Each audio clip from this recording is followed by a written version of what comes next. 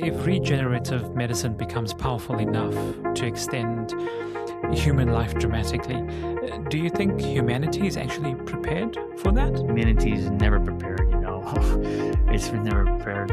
But I think if you understand that I think when you think about our aging process, when you look at somebody in their 20s and then you tell them to command a team versus someone in their 50s, you have a different mindset. You have that sort of that life experience from the 50-year-old that understands how to deal with people, how to command versus a 20-year-old. But once you hit like 50 years old and you continue on to the 150, it's sort of the same thought process. The same, we understand and we just continue on. So I think when it comes to humanity and the way we think, I feel that the biggest concern would be population. It's going to be something that has to do with some population control, because when you're at that point, when you're not perishing at that normal age, you're looking at expanding the population, and that's where the big concern will come. And then who's going to actually dictate who stays, who goes, birth control? That might be the possibilities for that process, not so much the aging.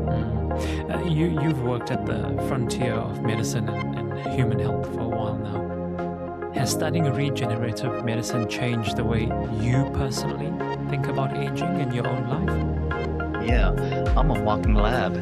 I'm at that point where I know where if I didn't do anything, didn't work out, didn't do my process of how to take care of myself, mind, body, spirit, my meditation, my spiritual, I know exactly where I'll be. I see my peers, I see my friends, and I'm like, oh, there's no way I'm gonna be that kind of person. So I'm the walking lab. So in that sense, I'm sort of like selfish, because regenerative medicine is really for me. And then once I figure out how to do it, then I'll spread out the word. So that's how I look at it. I'm the perfect example of if it works or if it don't work.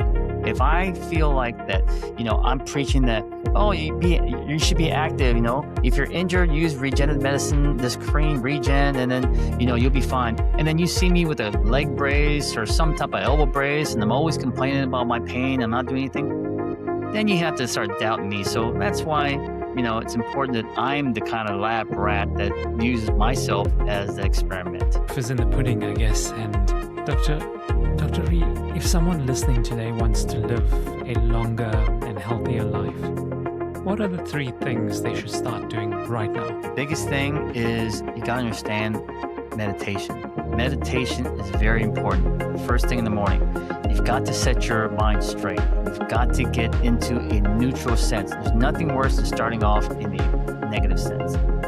You have a bad dream, a bad day, or you just have some bad information, it's going to set your whole day off. And when that starts happening, you're working with your sympathetic. Now when you're sympathetically firing off, now you have chronic inflammation. Now you're getting these problems. You've got to start that. So that's what I do, meditate. And I got the spiritual side. I believe in God. I make sure that I have my worship and I do my thing in the morning. So I've got meditation and worship. And lastly, is activity. Start moving. In some capacity, just move. It doesn't matter if it's a walk. It doesn't matter. Even if you don't feel like working out, just go in the gym, walk around 3 times and say, hey, Lisa, try something. At least you start a trend and condition yourself to be that person.